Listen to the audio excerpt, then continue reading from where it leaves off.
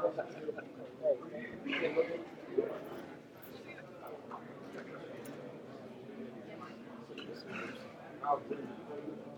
not ready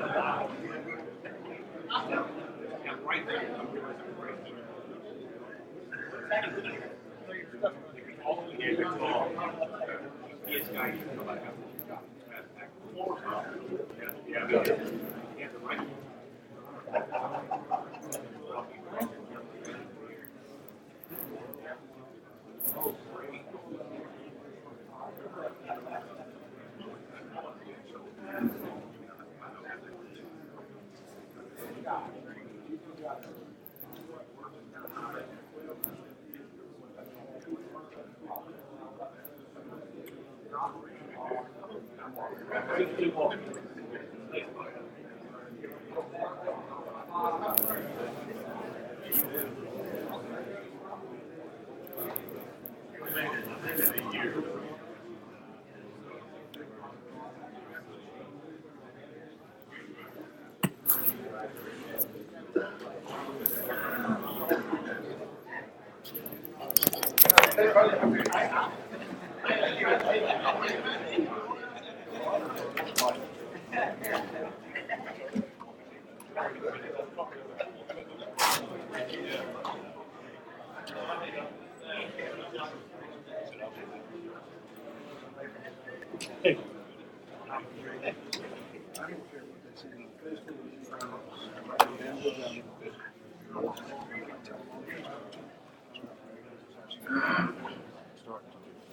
We're live. We're good. I already put it.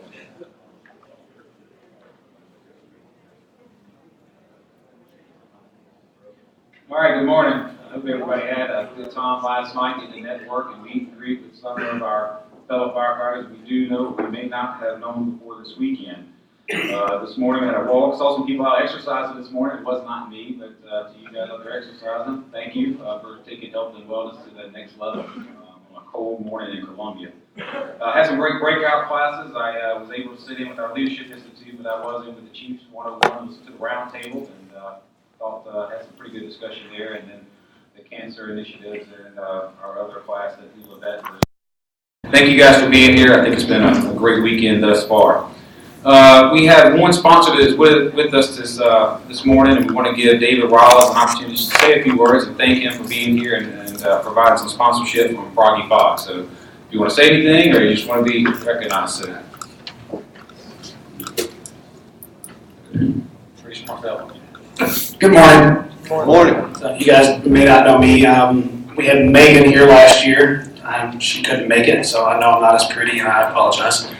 But we're based out of, I'm with Froggy's Fog. We're based out of the Nashville, Tennessee area, and we specialize in training smoke, and we make all kinds of theatrical fluids, but we specialize in water-based training smoke, so it does away with the dangers of the oil-based stuff. Yeah, you can train in it. We have all kinds of formula stuff. I think a few of you guys are customers of ours.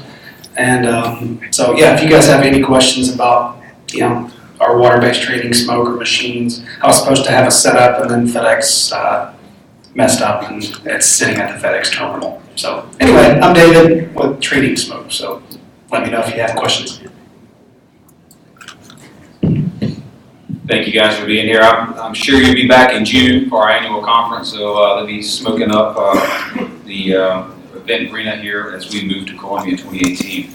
We are live. Rick's back there working hard. We'll be live today for our business meeting. We'll be live this afternoon at 508 Church for our annual memorial service. But I do want to touch on one thing. We were planning on being live as much as possible through the internet and through Rick and Jason and staff to make sure our members who could not be with us this weekend, who maybe had work, had other obligations, could see this. Last night, you guys were here. You heard a wonderful presentation from our friends from Pigeon Forge in Gatlinburg, Tennessee, on what happened during that wildland-urban interface 14 months ago. At their request, they asked that we not go live. There's some things that they were working on with their presentation. There's some things going on with that event in Tennessee still. And so we honored their request. That was their intellectual property, their material, and some of our members went to social media with a little bit of disappointment. And I do apologize to our members out that couldn't be here last night. You did miss a great program. Hopefully you can get with someone in this room that was here to talk about it. But again, at their request, their intellectual property, things are still happening as they are unfolding that event where 14 people lost their lives, 2,501 structures damaged. So we honored and respected their request. And so I hope you understand, you in this room obviously understand, you got to hear it. But those of you at home, we apologize. It was taken under advice. Your executive director knows, your executive committee knows your frustrations. We saw your post at Facebook and Twitter. We do appreciate your feedback, and again, when we can provide these live training evolutions, we will.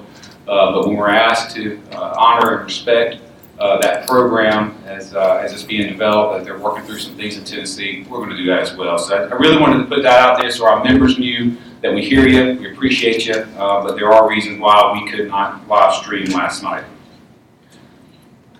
Moving on, this morning we were very fortunate at 9 o'clock to meet our 12. I can count. I am a Carolina grad, not a Clemson guy, but I can count to 12 new inductees to the 2018 Leadership Institute. And I'd like to introduce them to the body, to those who are at home and those who are in the room today. I'm going to call their name. I'm going to ask them to stand, come, and just to my left, your right, and just line up in order. And I am going to go by your legal name that's printed on the slide, Christopher Beam. So please come up. We just want you to get a face to a name. So the first one from Fountain Inn Fire Department is Chad Beam, as most of us know him. Dorchester County Fire Rescue, Chastity Bigney. Midway Fire Rescue, Nikki Crippen. Greenville City Fire Department, Francis Crosby. The City of Gaffney Fire Department, Klein Moore. The City of Conway Fire Department, Lee Hendricks. Again, everybody knows you by Lee. Dorchester County Fire Rescue, James Kimball. North Spartanburg Fire Department, Brent Lewis. The City of Greer Fire Department, Colby Means. Glassy Mountain Fire Department, Russell Rafferty. The City of Newberry Fire Department, Gene Shealy. And Clarendon County Fire Rescue, Jessica Weinberg. So these young men and women met this morning for the first time. I got to put faces to names, got to meet the executive committee, got to meet some past alumni of the Leadership Institute, got to hear their charge from our executive director, they got to hear their charge from our executive committee, and they're going to be put to work this year. And we didn't lose anybody, so they're not scared off yet. I think they know what we expect of them and now what they can expect from us. So membership, thank you for your continued support of the Leadership Institute. Those who thought this program up, thank you for your foresight. And you'll be seeing these fine men and women for the next year at our conferences, at our quarterly, working hard during fire rescue each and every year, and developing something tangible back to our memberships through an individual presentation and a group presentation. So thank you, welcome, and we'll move on to the next agenda item.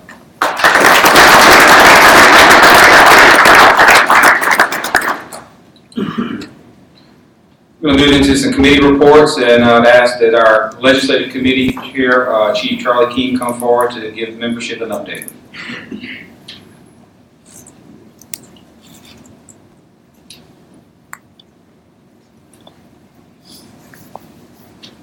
If you guys look on your agenda and can be making your way to the front and keep us on task, it'll be fine.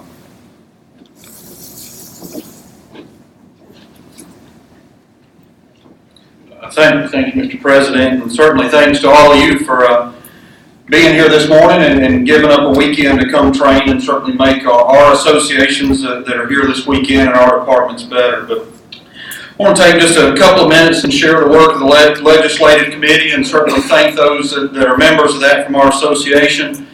But also the participation from folks from our Fire Chiefs Association, Fire Marshals Association, and most recently joined in the discussion is our our state's EMS Association. We appreciate the advice from staff and the daily work of Chief Stewart and Cindy Conduras in representing our fire service up on the Hill each and every day. They provide us a legislative report. You can find that on our website, scfirefighters.org. But I do want to fill you in on just a couple of the items that your group is working on. And one of those, the most important to a lot, is our state retirement system. We continue to participate in all the General Assembly's Phase 2 meetings and have taken opportunities to testify at those hearings. We'll continue to watch and participate as this goes forward, but see the issue of retaining defined benefits as the most important thing to our group. And by all means, that's probably one of the biggest agenda items that faces our legislators this year, and really what's looming is they're forced to make a choice in one way or another.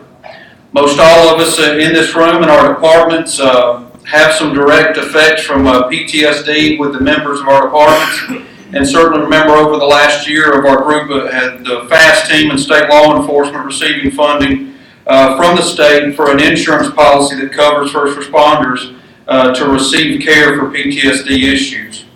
That money has yet to be allocated for 2018, and your association has participated in the campaign to secure those funds, and our lobbyists are up on the Hill every day in session watching how the budget veto process and where that PTSD funding stands.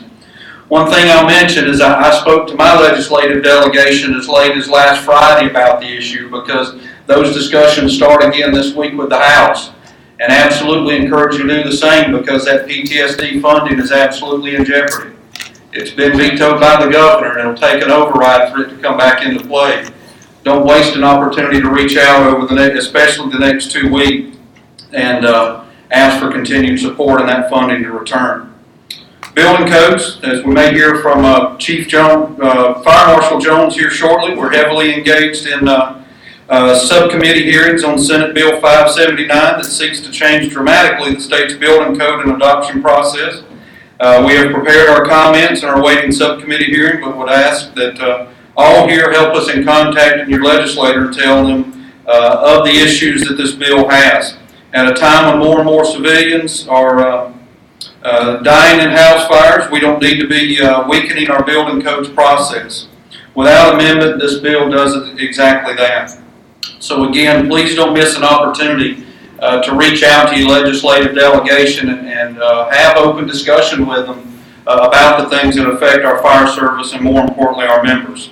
Reminder that our legislative day is here on here in Columbia, April the 10th, 10 a.m.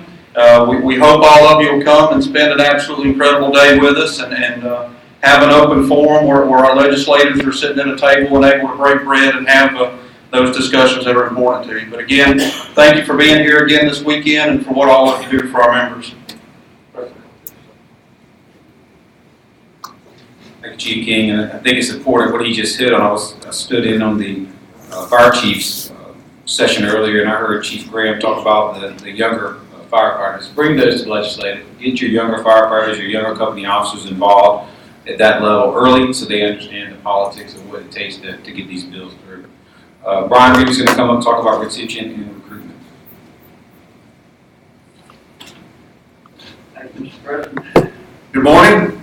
I want to bring you up to date with where we are as an association with our SAFER grants. Our 2011 grant was extended into early 2017, and between conference 2017 and this meeting, we received the final closeout documents and everything from Department of Homeland Security on that 2011 grant. So that brings us to the 2013. We are now in year 4. We're in our last 8 to 9 months of that grant.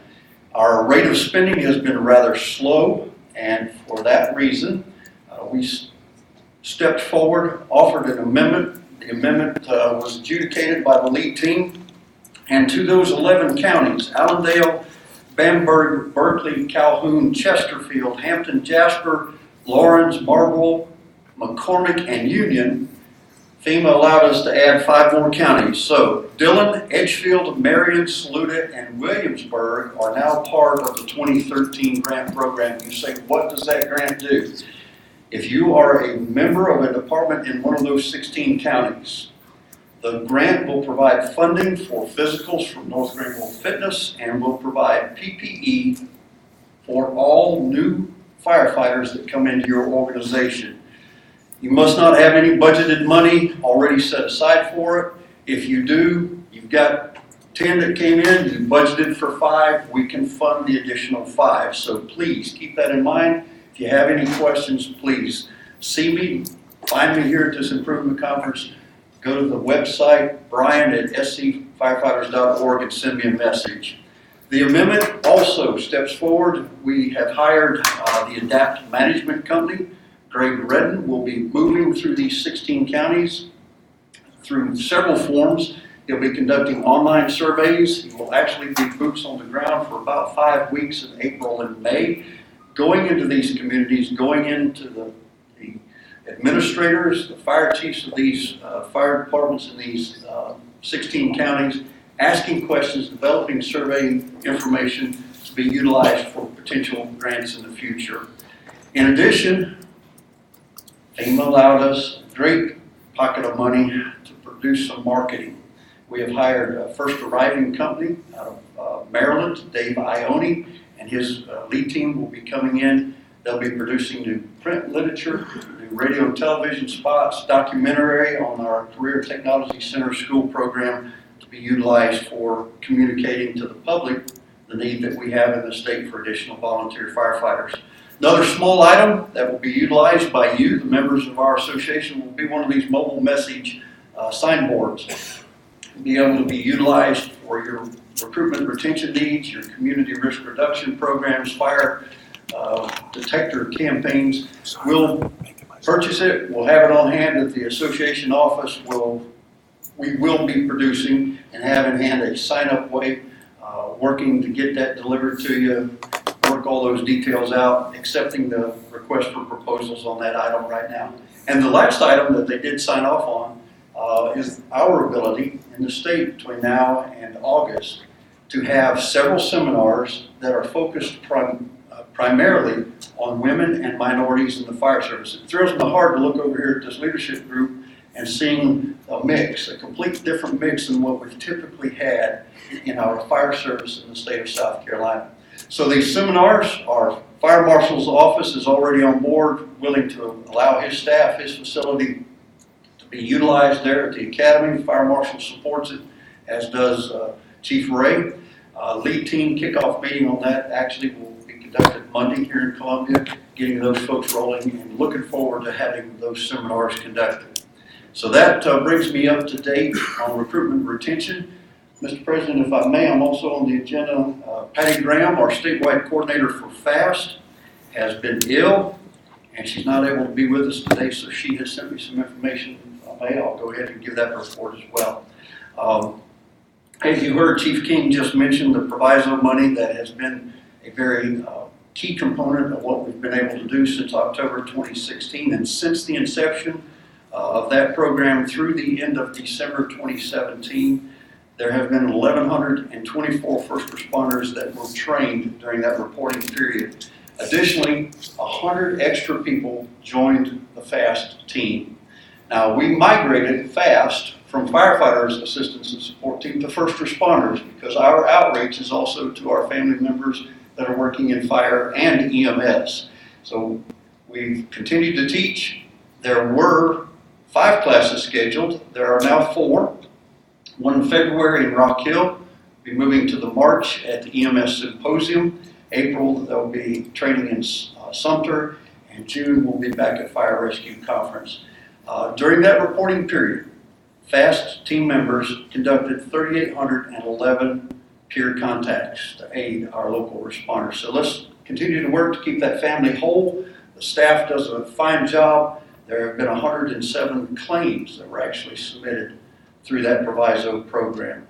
And Patty indicates here that there was over $126,000 that were paid out from that fund. So if you have an interest in FAST, please, Patty is not here, look me up. You can look for her, Patty, at scfirefighters.org. Go to the website if you have an interest, hit that apply button, and one of us will be in touch with you. Thank you.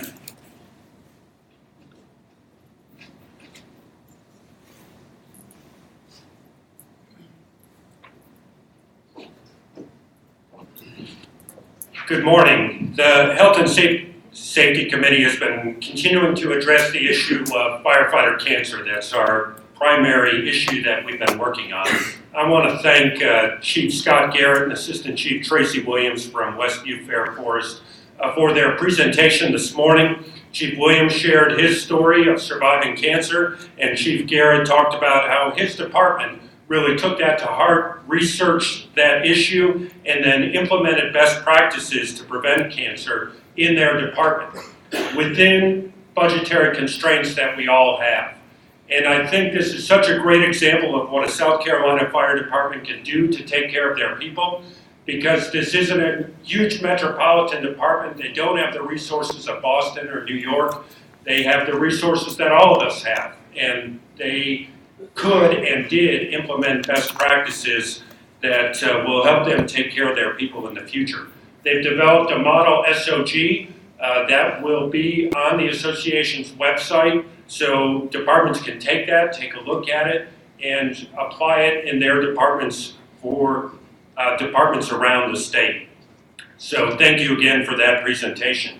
And I just want to mention that both of those chiefs were Leadership Institute graduates, and their research came out of their research projects and what they presented.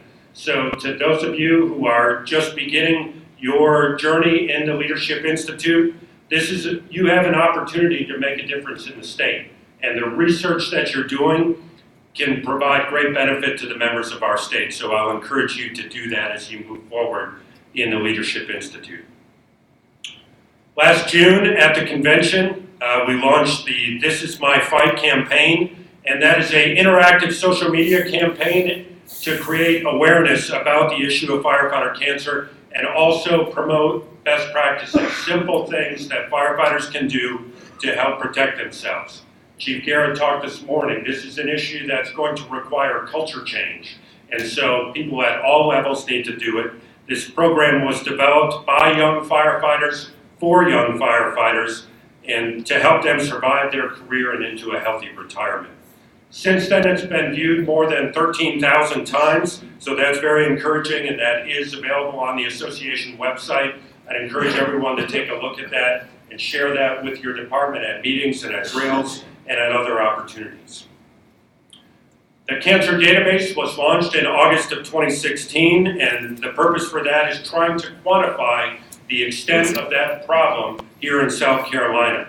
We've had more than 100 people participate in that survey, yet we know there are many more. So if you've survived cancer and haven't yet filled out the survey, please do that. If you know members in your department that have survived cancer, please get with them, make sure they have filled out that survey.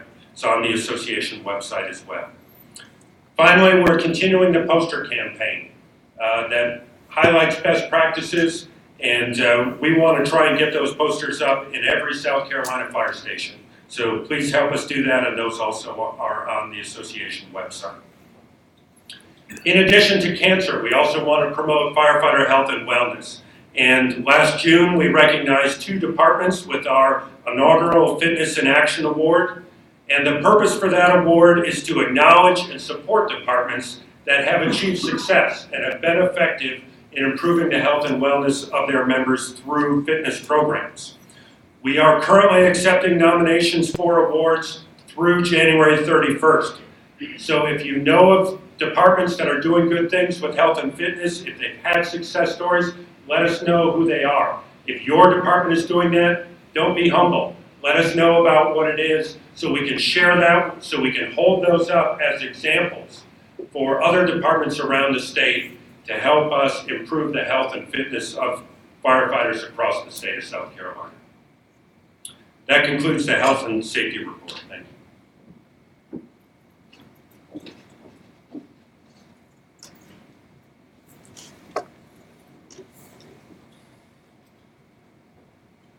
Good morning. How are you guys? All right. All right. Good morning again. All right. I appreciate it. All right. The finance already is the highlight of the committee report, so you know you get a little excited, get a little loose. Anyway, my name is Marquis Solomon. I'm your finance and audit chair. I had 2 things that I want to make sure that I hit with you all. finance and audit, like I said, it's not that go thing. It's the one thing that does make the organization move forward. The first thing that that I want to address is we just completed our third party audit from Green Penny Corp. The initial results were really good. For the past however many years that we can look back, we normally have really good reviews on our audits. And one of the things that we have done recently is we've gone out and Brian Bailey, who's our part-time accountant for this large organization from Lake Cunningham Fire Department, actually heads up a lot of this. Without him, these things don't happen. But we've definitely put some measures in place to make sure that we're able to track some of our cost accounting and those types of things. So we are in much better shape, and we move forward. We don't have some of those concerns that we had as far as fixed assets and things like that. Say fixed assets, we talk about buildings and those types of things. Excuse me. But Brian Bailey done a great job, and Green Penny Hoard is very pleased. So you should be very pleased as well. We will definitely make sure that once we receive that final report, that you all receive it and you can access it. Everything is an open book. It's your association. So if you have any questions, find me, find Joe, well, Brian's not here today, but if you see him, feel free to speak with him as well. The second thing is the $250,000 that you heard reference as far as the PTSD bill. We are really hoping to get that moving, because that is a great thing for us moving forward. That $250,000 allows us to go out and provide those services to you, to EMS, and to whoever else in the response community that needs it. So that's something that we're really keeping our eyes on. So what I would definitely say is make sure you talk to your local legislators and push that moving forward, because that has a great impact on our bottom line and the service that we're able to provide. So make sure you actually talk to your local legislators. Don't be afraid to call. Don't be afraid to email. Don't be afraid to text message. Don't be afraid to send a Facebook message. Whatever you got to do that. That $250,000 does a lot for the organization. It does a lot for our responders. Okay. So two things from the finance side. One, we're in good financial health. Two, $250,000 that we hope to get back from the state. We definitely need you to contact your local legislators. Okay. Cool. All right. Loosen up. All right. Finance is not that bad. All right. That's good stuff. All right. Loosen up. It's okay. Welcome to Columbia. Welcome to the Midlands, and we look forward to you all being here this summer. 2018 is going to be fun. And if you have any questions, Chidini would love to answer. All right. Also, Chief Smith, Chris Smith from West London Fire Department. He's first VP of the Chiefs Association. He's your man too. And even though he one of the Clemson guys, just saying, but hey, make sure you find him as well. All right. Any of us we'll address anything that you have any questions, and we'll see you in the summer.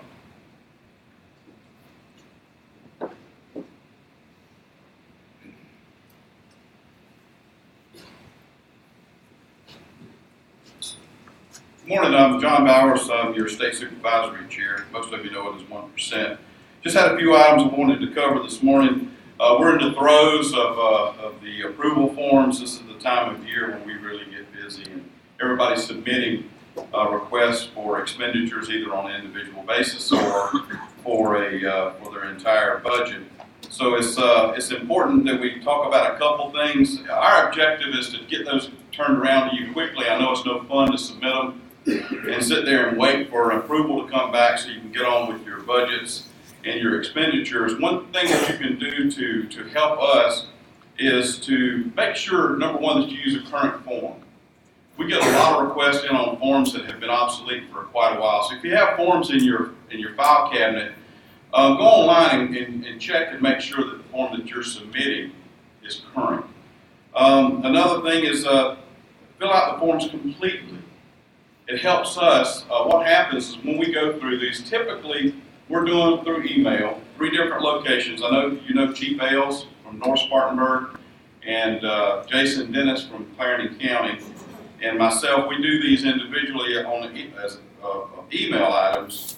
And if there's a question or a problem that we can't resolve, we basically have to send a question back to the office where Jana or Jeff will try to contact the chief or whoever's responsible for the 1% in that department and get a clarification. And that just clogs things up. It slows it down for you and it slows it down for us. So make sure you fill out the forms completely. It's important. Make sure you give detail. Sometimes we have to stop because we don't understand what you're asking for. So we need to make sure before we sign on it that we're approving something that's legit and that falls within the guidelines of the statute. We're looking at, other than when we get together through email, doing it individually, we get together 2 or 3 times this time of year and have what we call blitz days. That's where the committee gets together and we sit down with a stack of the forms and try to go through them together. What that does is that expedites, we can communicate face to face, move things quickly. Usually Jeff is on the telephone calling the fire chief trying to get these clarifications, things that we don't understand, cleared up, and we can go through a lot of them and get them out of the way and get the approvals back to you very, very quickly. So we're also talking about having some regional trainings so that we can go out and clarify issues, talk to you about how to fill out the forms, what we're looking for, so that we can get these approvals back to you quickly. So it's a busy time of year, but we're looking forward to getting through these for you and to give you some quick turnaround. We're out here working hard for you. Thank you very much.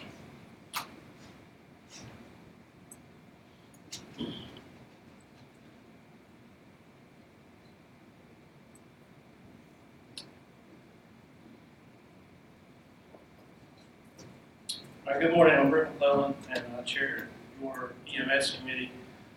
This year, our focus and our dedication has been towards trying to bring best practice and evidence-based training to the membership.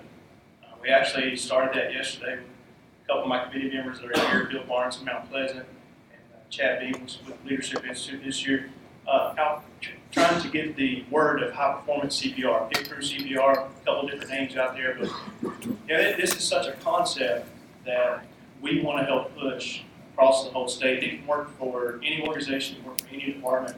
And like I said, we started that yesterday, actually doing a class. We did a class yesterday. We're hoping to look towards June conference and team up with folks and try to get you to that next level. Most of us in this room are probably already responding to cardiac arrest calls. It's not changing CPR, it's just enhancing it. And it's becoming a resource that, again, evidence-based, it's showing that it's saving lives all over the country. And that's one thing that we want to help bring to our state. And, many of us will chase any trend we find in a magazine. We'll spend lots of dollars for that common goal that everybody in here wants to do is save lives. This is something that doesn't cost any money. And like I said, we're probably already running those calls. We just want to enhance those resources. So that's one thing that we are dedicated to this year. Something else is we're continuing to try to plan some type of venue for EMS Week, that related time of the year. We'd like to team up hopefully with Fire Academy and offer something there for fire and EMS to come together and have a nice venue. And lastly, we continue to watch out for and prepare our membership for any kind of changes with the state EMS world, including the EMR program and all those programs that are brought along nationwide as well as the state. So dedicated to watching out for that and for keeping you folks informed.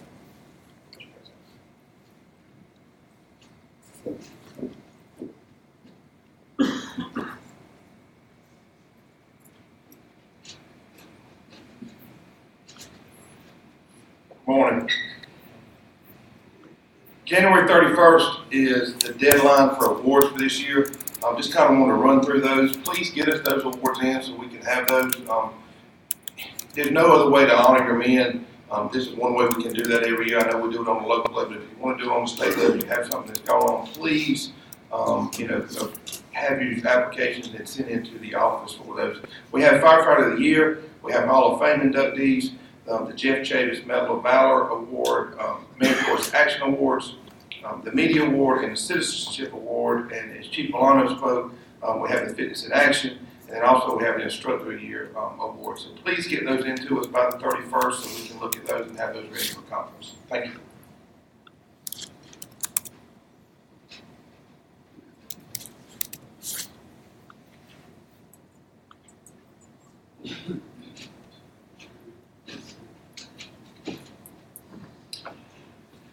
Come on up here. Member benefits has had a few changes, as I think we alluded to a little bit yesterday. Your chairman got a job. Where'd you go to work? I don't know. He went to work somewhere, and so he's and congratulations, he still has that job. But Chief Ray was chair of the member benefits, and they instituted some really incredible things this year with the help of Rick Dunn and others. Some great member benefit videos that are on our website, but I called you because I'll put you on the spot, but you did a whole bunch of work with that stuff, and you need to be recognized for it, even though you may not be wearing the hat, but you don't mind member benefits. You want to tell us about what you did? Absolutely.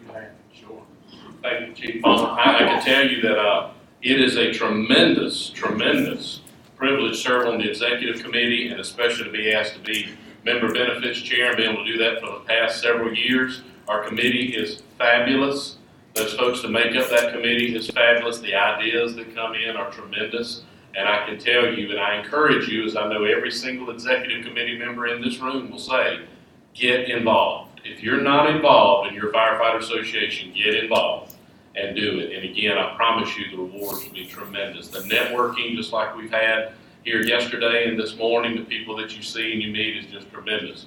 Member benefits, the challenge we had from years back, we continue to work on was living benefits, not just death benefits. Fantastic benefits from our members. The greatest part we see is our members are using the benefits. So that means the policies that have been established for us as firefighters in this state, there are tremendous benefits that are there for you and they're being used. We're looking at those policies, not just the death benefits, but also living benefits. The website has been completely revamped. Thank you, Rick Dunn, staff Fire Academy, our Firefighter Association, completely revamped website, scfirefighters.org. Look under members, go down to benefits. You'll see everything listed there. Lots of graphics, lots of vendors, lots of things that's there for you. And I know without a shadow of a doubt, that is going to continue. So take advantage of that. Lots of things that's on there, from hotels to merchandise to all kind of things that work hard to get at it on there for you, again, as living benefits. But Chief, Mr. President, I appreciate the opportunity to come up here again to serve as your chairman. I've enjoyed every bit of it, and I'll be back up here again for the Fire Academy, so I'm excited about that new opportunity, and I'll see y'all soon.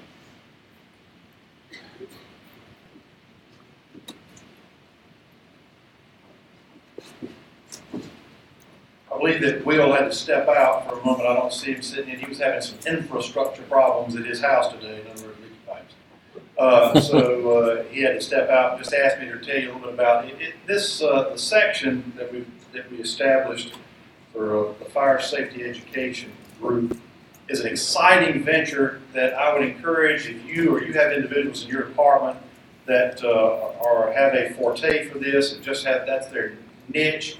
Please get them involved in this group. There's some great conversation going on and some great cooperative work going on with the Fire Marshal's office, and it's an exciting time to be in that. It's an opportunity for us to reinvigorate and solve some of the incredibly tragic problem that we have in this state with the fire fatalities.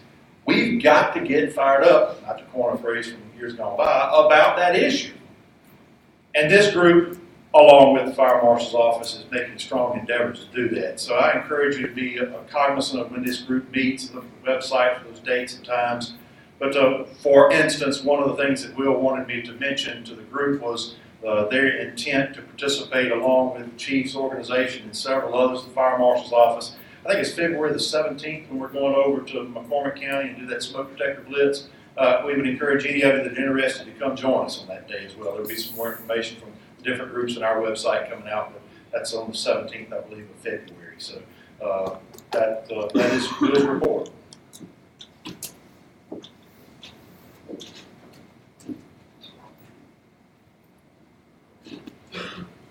to figure out whether to stand up here or down there, which was least awkward looking. Going into old business, there's no old business that we have on the agenda today, so we'll be sliding into new business. Under new business, we have 2018 fire and rescue, and we've moved Chief Norgate for training and education down there to do two birds with one stone. Before we go into that, I wanted to talk to the membership just briefly about some things that your executive committee has been working on for the past, I guess, 3 or 4 months, give or take. But I want to start off by saying that, and most of you know this, the South Carolina General Assembly passed legislation for the betterment and maintenance of skilled and efficient fire departments within South Carolina. And all of you know that is what? 1%. Fireman Inspections Fund, or 1%. And with our 1% money, our members approved our executive committee probably around 2005, give or take, to assess a training and education fee that was 2.5% of the first $100,000, or 1% money that each organization got, and 0.5% for any money above that $100,000. And we did that back then, and we had a little history lesson from some of our past presidents. We were having a hard time making sure we had a quality conference, quality training, quality educational events because of cost, and trying to figure out how to get people there, how to pay for it. And I won't throw a department out there, but one chief says, I remember my department paying for 6 members and sending 14. 14 members, but 6 were being paid. How do you have a conference of any quality? We have no income coming in. So our executive committee back then, and there were some people named and came up with this idea, and it was approved by our membership at the conference. And there were some other things approved when we did our delegation, delegates, where we went from 2 members for everybody to 2, and then you got another one for every 50 member after that. I think that was all well and good, and all of us have been living on that since 2005, and have watched our T&E fee support our fire rescue conference, support our quarterlies, support our fire service improvement conference. And so what we want to do, and what we've debated on doing, and what we've talked about doing, and what we have approved to do in December, and we're trying to get ahead of our memberships now this January so we can go out and meet with you, is we've approved to increase that T&E fee from 2.5% to 4% on the first 100,000, 1.5% increase. Now, I know there may be some people up in arms that go, oh my goodness, what are you going to do with that money? And I think that's a legitimate question. And I hope that question is going to get asked around the state, and I hope that those that you may have heard this already are starting to think about what can we do with that extra money. Because, you know, Kyle, you and the executive committee voted and told staff to move fire rescue to Columbia. You told us to move it to Columbia for some cost reductions, but you told us to move it to Columbia so we can get more people here. Just like we have today, the reason we have this fire service improvement conference in Columbia, so we got the day trippers here. So there is still a cost to have a quality conference. And I was telling Joe the other day, it doesn't matter if you have a conference in Columbia or Charleston or Greenville, Spartanburg, Pickens, you pick the city, you pick the state, you pick the region, you find a quality speaker. What are you going to pay him or her? It doesn't matter where it's at. You're going to pay that quality speaker $7,500, $15,000, $30,000. Dave, we talked to his rep, we talked to Frank Martin's rep, we talked to Cleveland Cleary before. Heck, we looked at Sully Sullenberg. What a great speaker, $50,000. Didn't matter if it was in Columbia, didn't matter if it was in Myrtle Beach. So that was some of the thought and processes that we've been working on and struggling with as your elected officials, not staff. We kind of shocked staff when we made the motion and voted on it. The staff wasn't ready for us to make that move as quickly as we did because there were some grassroots efforts we knew we were going to have to do. And it's not going to be staff doing it. I'm not asking Joe or Ashley or Jason or anybody who's paid by the association to come out and support or sell this. What I asked yesterday in our executive committee meeting, which is open and anyone's more than welcome to come talk to us, listen to us, and be part of us, is guys, we're the ones elected by the memberships to make these decisions. We have to go out and sell this. We're going to go out and do that. I'll travel anywhere in this state. And Jason and I went to a certain part of the county that it was fun when we were talking about moving fire rescue to Columbia. And I got called a couple 4-letter words, and that was okay. So I wanted you to hear from me. It was some of our ideas as executive committee was elected, but I wanted to give you just a brief overview about what we're going to do with that money. T&E, first and foremost, fire rescue. We're talking about specialty schools. We want specialty schools, and it's going to cost. We have quotes, and I'm not going to steal Mike's thunder about the specialty schools, but we're going to do them. And we've already assessed a $150 fee to the members for those specialty schools. I want to do away with that. I want to make it as affordable as I can for Oconee County, Pickens County, McCormick County, Dillon County. You choose the county to make it affordable for those members. Not North Charleston, I can come up with $150, and most municipal fire departments can. Chief in Columbia probably can. But that's not the intent. The intent was to make these training and education and this fire rescue, the FDIC that our membership can get to and get to quickly. So we're going to do that. Fire service improvement runs us about $30,000 a year to have this conference right here in Columbia. It's worth it. It's a leadership conference. It's a networking conference. We want to improve upon that. We want to get those quality speakers and continue to develop what we started. Quarterlies. We've had Mike Galliano at the quarterly. We've had Gordon Graham at the quarterly. If you don't know Gordon Graham, and Rick Dangerfield will tell you, he did a sponsorship at the Southeast Association of Fire Chiefs for like $50,000 just to come out there for an hour. That's what he's garnering. We had him in South Carolina. We want to develop an executive level leadership program. If you remember in Myrtle Beach when I was sworn in, I told you that's what we're going to work on. Chiefs are working on it. We're going to work on it with them. We've got to have the money to get it there. We have a great leadership institute. What's next? Look at the fire chiefs model. Look at TEES. Look at MIFREs. We have people wanting to go to MIFRE now in my organization at $15.95 for 1 week. I want that in South Carolina because I know our volunteer firefighters are going to travel to MIFRE for a week. They're not going to travel to TEES. They're not going to go to Ohio. They're not going to go to NFA, these other places. Those are the things we want to do with that money. We have multiple people working on fire rescue year-round. Ashley and Joe and Jason and the executive committee, ad hoc committees, people trying to get vendors in the room. The chiefs are working to get vendors in the room with us. That's what we talked about doing. There's got to be somebody more to do that daily. It's tough. It's tough to go out and get a vendor when you're running a fire department. Chiefs, you know that. They'll deal with that every day. So that money could help get us someone to get fire rescue where we know it's going to go. We got it in Columbia. We've got the quality coming. We're working to get it there. And this is just some of the things that we've discussed and we've supported. We're going to come out to your membership, our membership, your department, our departments, and talk about it.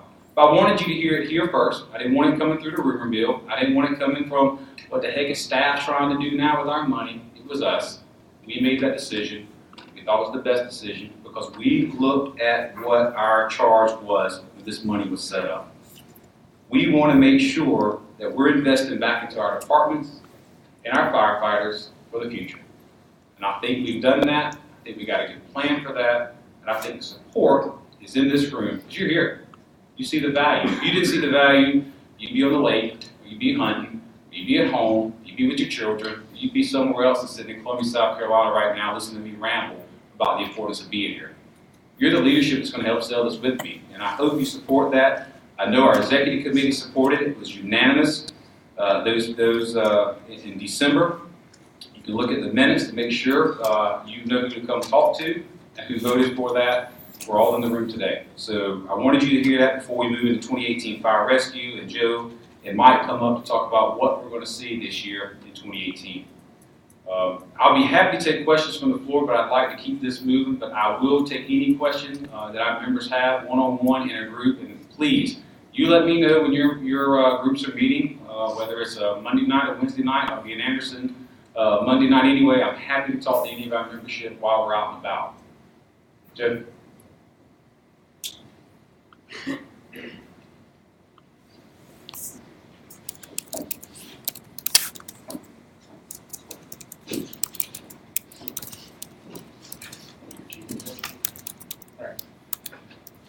Hi, I'm Joe, and this is Mini. See the resemblance, I'm sure. Mike and I wanted to tag team off of this a little bit, try to cover what I think is one of the most exciting topics we've got going these days, and that is the move of fire rescue to Columbia. This year, just a few short months, we're going to experience almost a paradigm shift. It's an experience of what we had been used to for 32 years. Now we're coming to a new venue, a new town, and a new set of circumstances with our training opportunities. We've got some new buildings to occupy, and we, staff, and executive committee members are excited about this. Our vision is coming to fruition. The help that Columbia, West Columbia, the local departments in this area are having, the help we're getting from the Visitors Bureau here in town, the help we're getting from these two facilities, the one you're sitting in right now, is pretty refreshing and amazing. Not bad mouth to say anything about Myrtle Beach. It's just I think we've got some new hosts and some new people who share in that vision of what we want to do with this program. You're going to be occupying on that week this building with exhibit halls kind of behind me here out in the big room, opening ceremony upstairs right above our heads, and classrooms all through these halls, and about 10 different rooms throughout this building. In addition to that, next door, I'm really looking forward to the wow factor of being able to walk in that basketball arena, look down on that floor, and see a bunch of fire trucks and aerials sitting up in the sky, and being able to walk down those steps and go through that exhibit, be able to walk that ring around that mezzanine of that basketball arena and see our vendors in their booths. It's a pretty cool opportunity. And what's great too about Columbia and the focus of fire rescue is the objective we have of training. This is a training conference. This isn't a vacation time. This isn't an opportunity to do a lot of things that maybe was a misconception that grew through the years of Myrtle Beach. This is an opportunity to train. And that's what this conference should be about and should be for. The networking, absolutely. The vendor exposure, certainly. But the backbone of this is the fact that through the years we've taken over 2,500 people in that week through training programs. And we're going to continue that and strengthen it. Some of the opportunities that we've got because of these venues are just simply the hands-on locations that are afforded us here in this geographical area.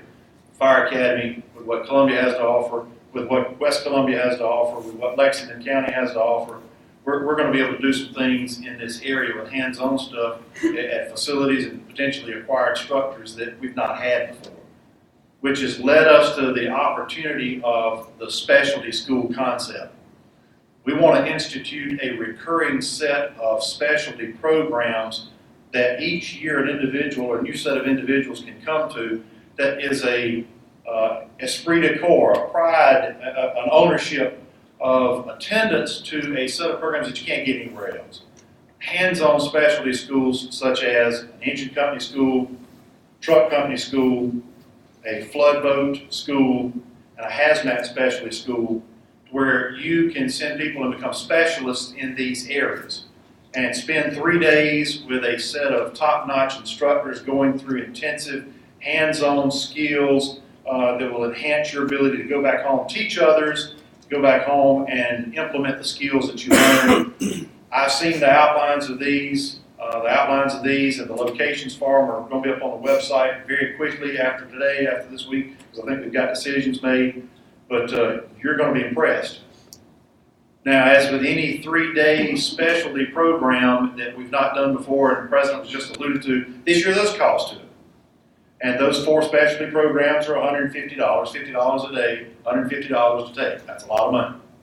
We're trying to implement and come up with ways to reduce that for membership, because membership is good, bad, or otherwise not used to spending money on training classes with fire rescue. Understand that. I think this is something special, and I think it's going to be worth every penny of it, because I've tried to shop around to other programs and for comps, some other programs in other venues, locations, pay a whole lot more money for that. So you can come to Columbia, drive back and forth if you need to, and take what I think is a highly affordable specialty school. Now, in addition to those specialty schools, we're still going to be doing our hands-on classes on Tuesday and Wednesday of that week. So there's free classes that you can take. We're also going to be doing seminars, classroom work in this building on Tuesday and Wednesday. Thursday is our big room session, big room stuff. Thursday night, we're trying to plan a event with our foundation. Our foundation met yesterday and is really working hard on having a little fun night on Thursday night that I think you're all going to like. It's an opportunity to let your hair down a little bit, those of you that have hair. I didn't call any names. I didn't call any names. But Thursday night will be kind of fun. Friday and Saturday, exhibit halls open in both of these buildings. And in addition to those classes that we do, the seminars that we do through those days as well. We're trying to put some hands-on opportunities on the backside because not everybody can come through the week. So on that Friday and Saturday, we planned some hands-on opportunities as well. That schedule's on the website. Go take a look at it. For the golfers of the group, we're going to play a golf tournament that Monday. I'm kind of excited about that. Forget about what they call a course, bird, chicken, whatever, I don't know. But it's a nice course. I'm just not a fan. But it's a nice course. And the people out there have been just incredible to us. And so I think if you're a golfer that Monday, you're in for a treat too. I think that's going to be fun. So fire rescue is looming large. Staff and our committees that meet monthly are planning and working diligently. If you have a passion about this, or you want to get involved, or you want to volunteer, we meet on the first Tuesday of the month, every month, and so come and join us. We have a volunteer page on the website. Hey, I think I got some folks, some spouse, retirees, Explore Post.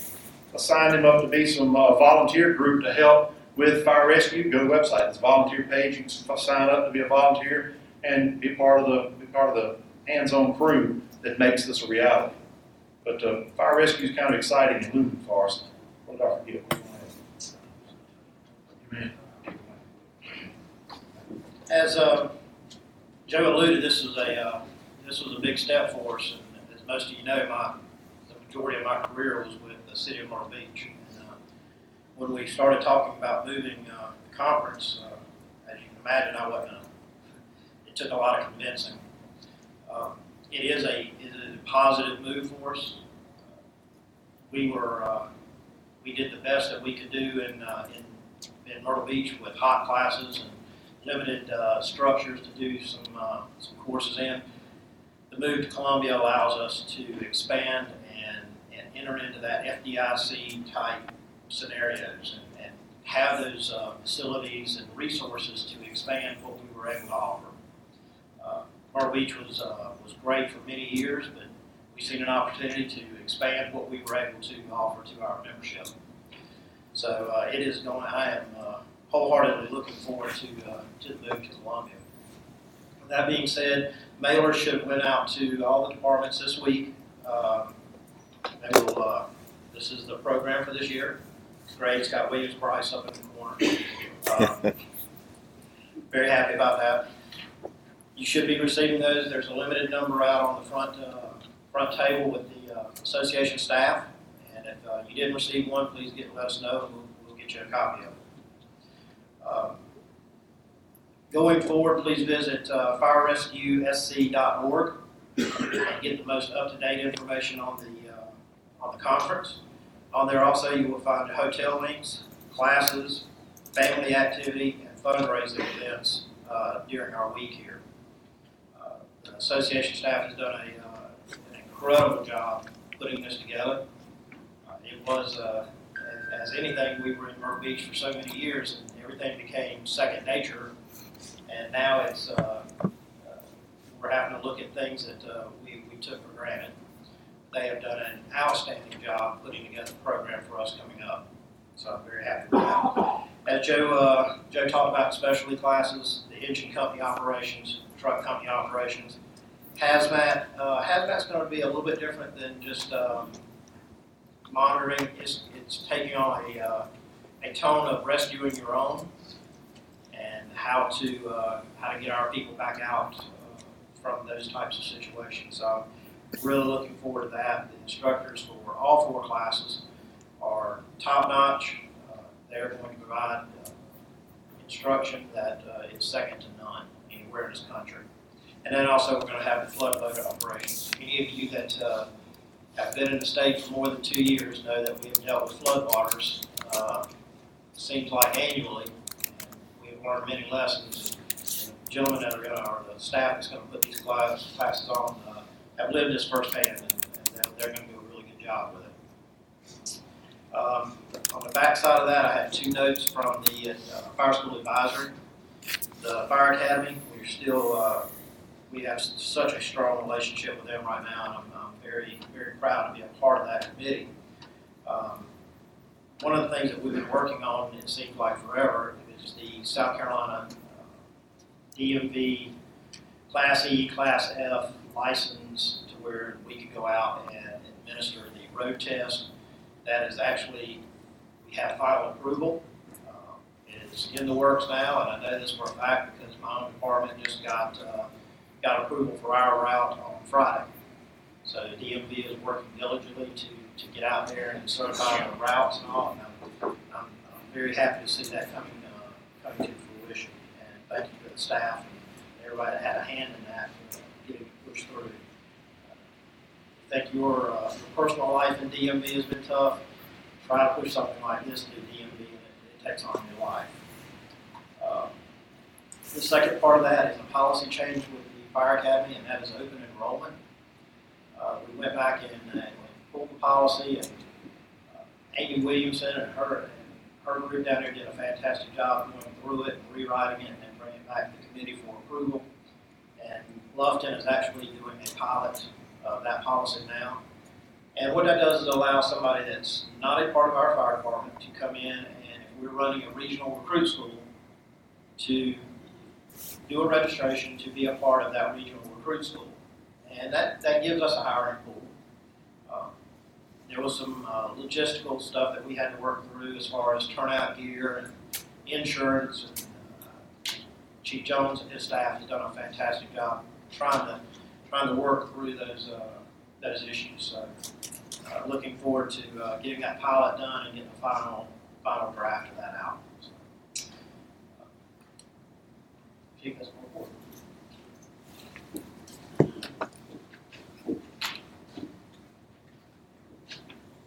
Joe and Mike both touched on it. I just want to reiterate it. You're in the area that second Tuesday and you're curious of what's going on with the fire rescue. Stop in the association office, 10 o'clock, I think. And if it's not there, Ashley puts out, it's here in the Hall of Fame room, just right around the corner, or upstairs around the corner.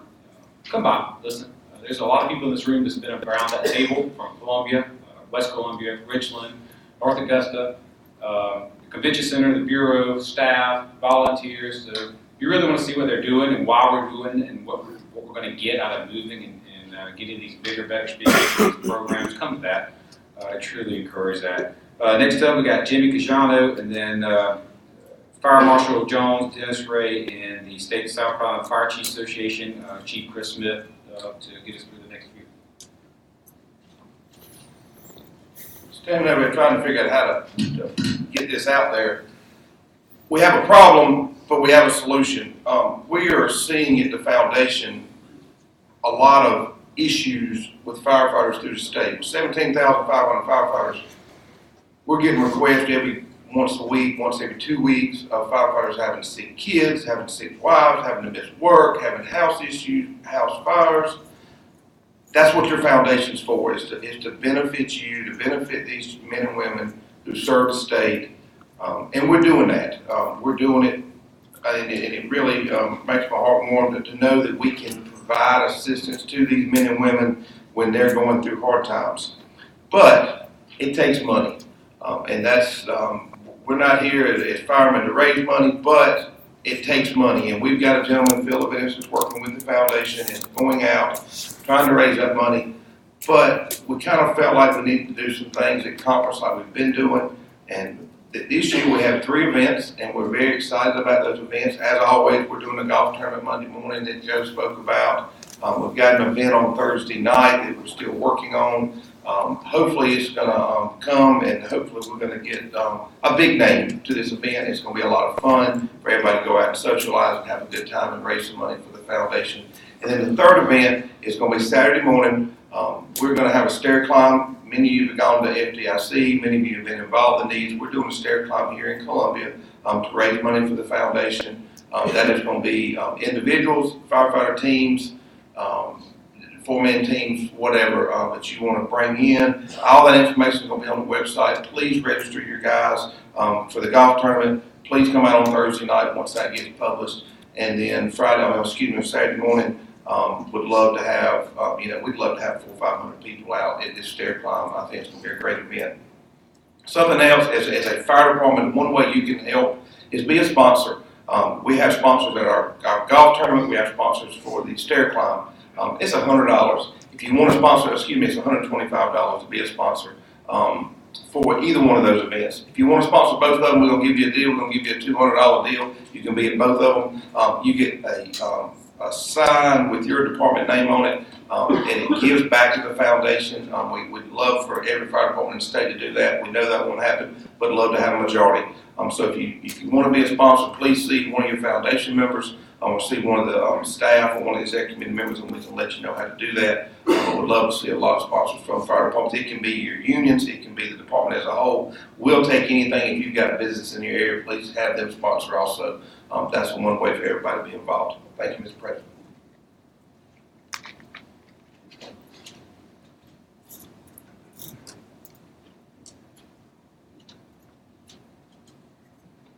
Good morning. There are so many things that I can tell you about, that positive things that we've got going on State Fire, but y'all don't have that long, and I don't have that much of a voice after the heat and cold and back and forth. But I do want to touch on a few specific items, and the first one I think is a particular interest to most of you and to most of our state fire departments is the VSAFE grants. The VSAFE grant application period closed December the 8th. And after we extended it for an extra week, at the conclusion we had 210 qualified grant applications.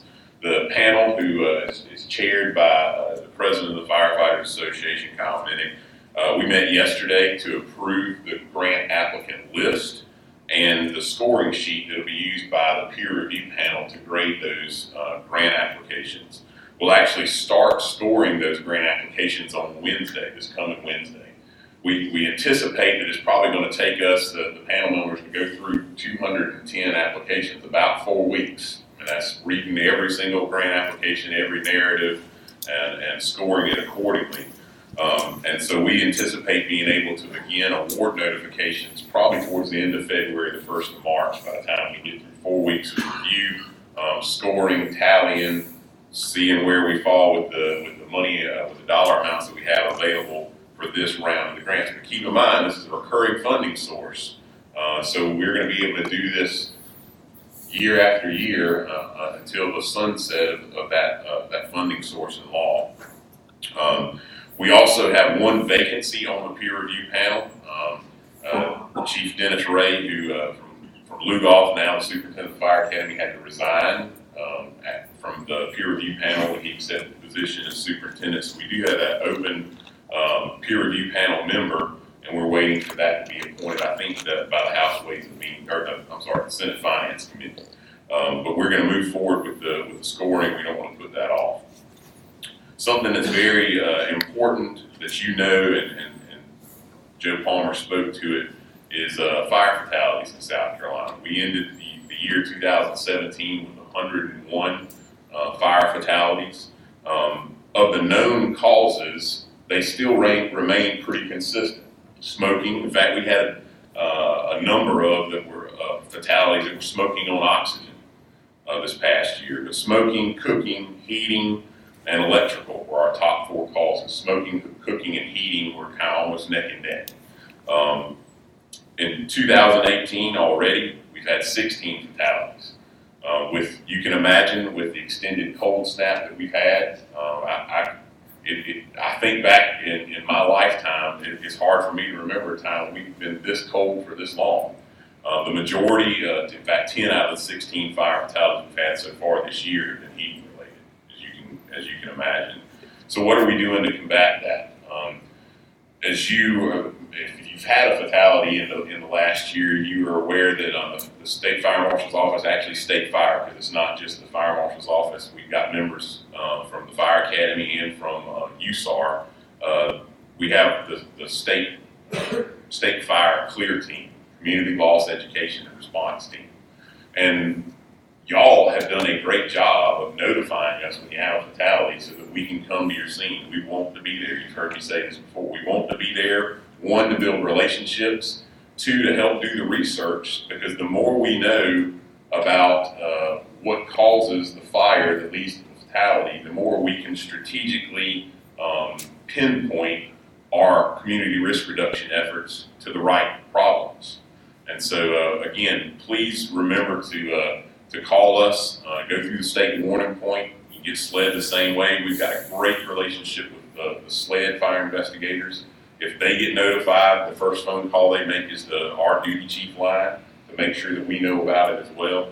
Of course, Fire Safe South Carolina's kicked off. We're doing several county meetings a month with our community risk reduction team, and we're really proud of that partnership between the the Firefighters Association, the Fire Marshals Association, the Fire Chiefs Association, and of course State Fire.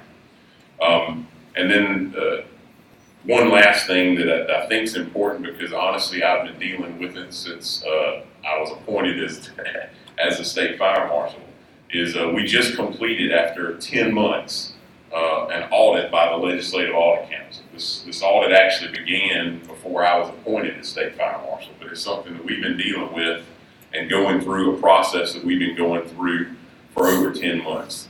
That audit was released publicly this past week, and it's available on the LAC's website. I think it's lac.sc.gov. I would encourage you to read it. But here's what I would encourage you to do. Don't just read the summary. Read the whole thing. I think we would agree, and you'll see a letter at the very end of that from Director Farr, that the tone of the summary paints a much more negative picture than I think the body of the reports supports. But all in all, I think it was a good experience. Benita's over there shaking her head, but it was I called it an adventure of discovery for new leadership.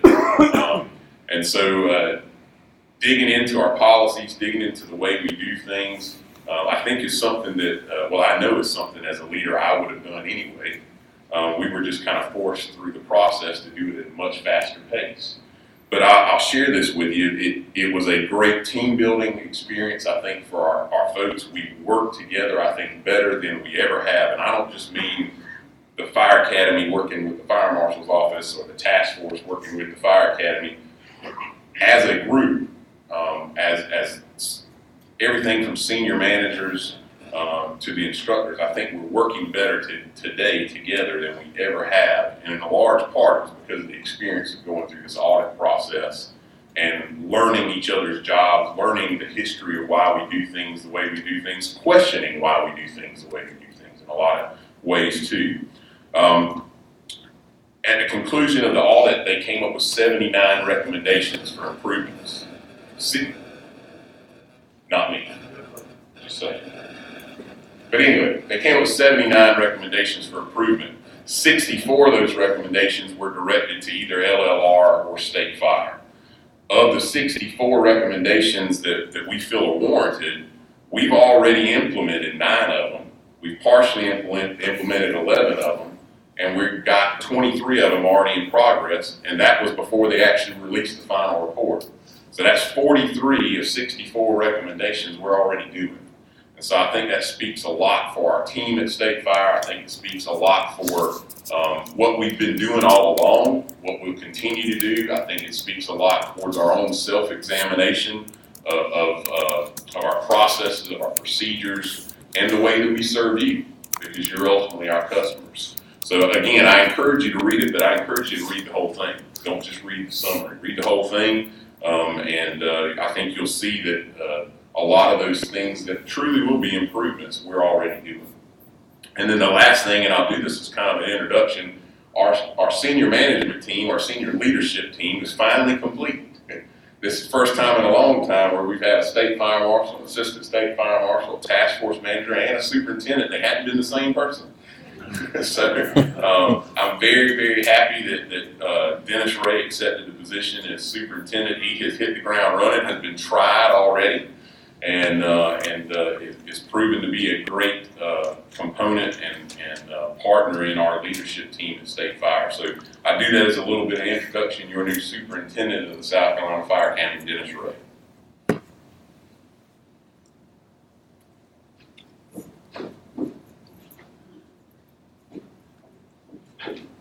I'm convinced this stage is an Autobot and it is a transformer. I'm just waiting for this thing to convert. I'm impressed by the stage. I will tell you, and I will encourage each one of you, that regardless of what you think you're going to be in your career and what you're going to be when you grow up, that may not always happen. Certainly nowhere in my career path was it to be your superintendent, not to degrade that by any means, but to speak from my heart, I can tell you nowhere did I ever in my career feel like I would be here. So what that means is I had nothing to do with it. It's got to be something good. That's the way I look at it. So appreciate each one of you. Hit on a few things as we share things that's going on at the Fire Academy. As you've heard our president say, Chief Palmer, Chief Norkett, many others, we're all excited about Fire Rescue 2018. Absolutely no doubt about it. Your Fire Academy is going to be very much involved in that training. First thing I went to our instructors, they challenged us and said, you know, what kind of things could we offer? The school concept came out. First thing I did is look at our instructors and say, what have you always wanted to share with our customers that curriculum never allowed you to do? Instructors, y'all do this all the time. What have you always wanted to do for the fire service in an instructor form, but curriculum wouldn't let you do it? And boy, did the ideas start running. So we're able to do those, and you're going to see some of those here in Fire Rescue 2018 here in Columbia. So again, go to that website and be looking for it because it's coming. There's no doubt about it. I want to encourage fire service to come to the site. Probably not shocking, but as chief of Lugoff, there's no airport in Lugoff. Okay? So we never had need for the ARF program. So as superintendent, that was very new to me to go to the backside and look at Sean Davis and the program they've got set up there and look at ARF, and I'm like a kid in a candy store. You know, it's just awesome. But then have people come by and say, I've never been back here. We've done all our training in the region, which is fantastic. We've never looked at the site. You're hearing from your superintendent. Come visit us.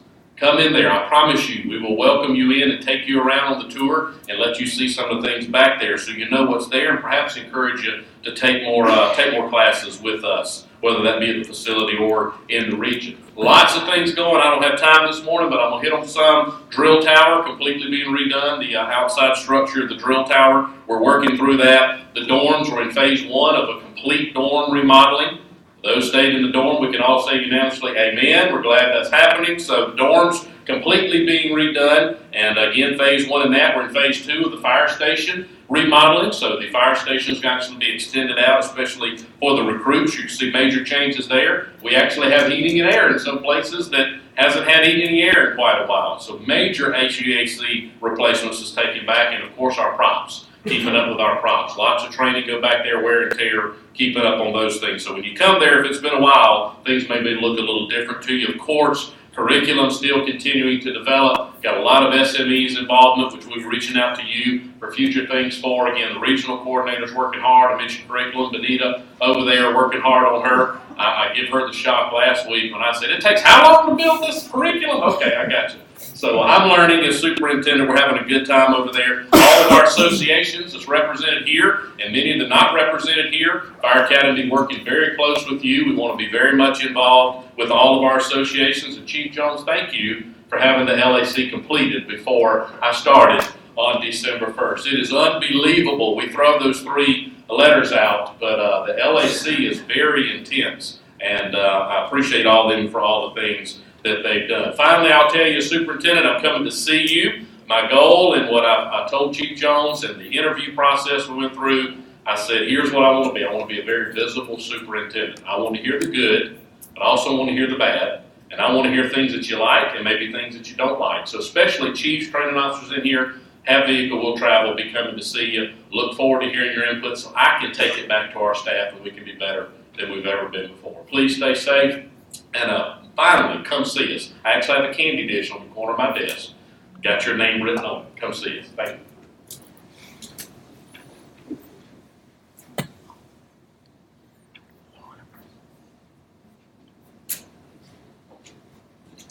Morning. 2 quick things from the State Chiefs Association. First off, April 11th is our next quarterly meeting. This is normally the meeting where we have a memorial service for line of duty deaths in the state of South Carolina. This year we want to invite you to celebrate with us. We had 0 line of duty deaths in 2017. So we'll have a small service after our quarterly meeting, and want to celebrate that. Last time that happened was 2013, if I'm not mistaken. Lastly, we're excited about the conference as well. Our date for our conference is the 13th through the 16th. Got some great training. Jason Hovelman will be there doing command presence, and Candace McDonald will be doing recruitment and retention. Bring your spouses with you. We got plenty of events for the ladies during the day. We're in our training classes and our meetings. So looking forward to seeing you both of those events. Thank you.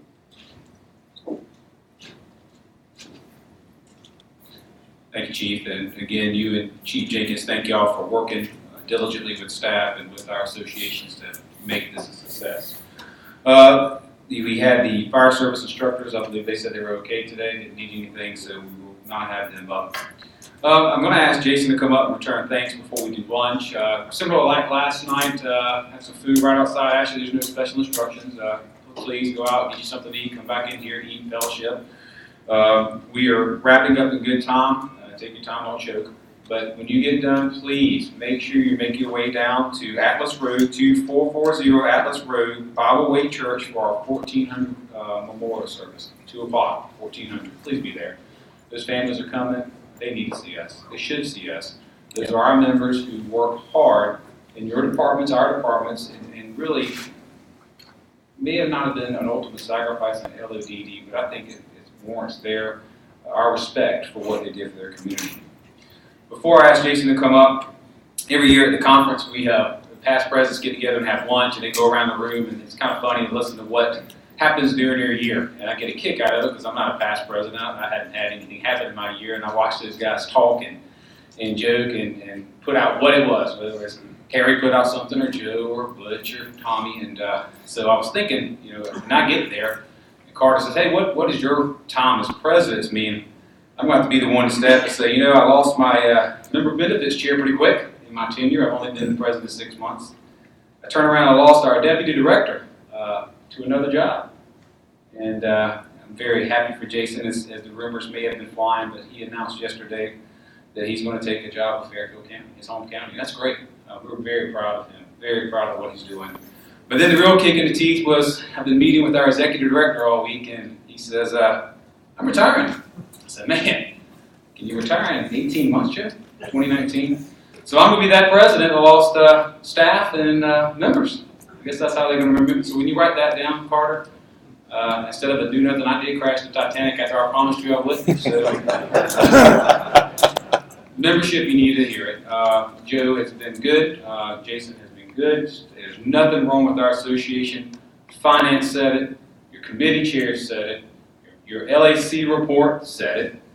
We're good. And as hard of a pill as it is to swallow, we'll be fine. Joe's here through conference. Jason's here through next week. But he's close, and he's my dealer. So if you guys are looking for pork, that's the guy to call. So thank y'all. We'll talk more about this in the future, but we needed our membership to know. The rumor mills always fly, and one of the things in our organization back home is we try to squash rumors as quick as we can, and I think that was good. So membership knows, you guys know, you'll see him a while, take time to talk to him. Make sure y'all say thanks to Jason for what he's done for our association. And with that, Jason, for your last time up,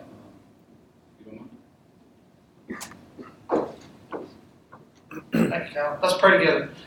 Heavenly Father, we thank you for this time this morning as we've gathered together to do business of this association. Thank you for everybody gathered here today. We ask now that a special blessing on the food that's out in the hallway.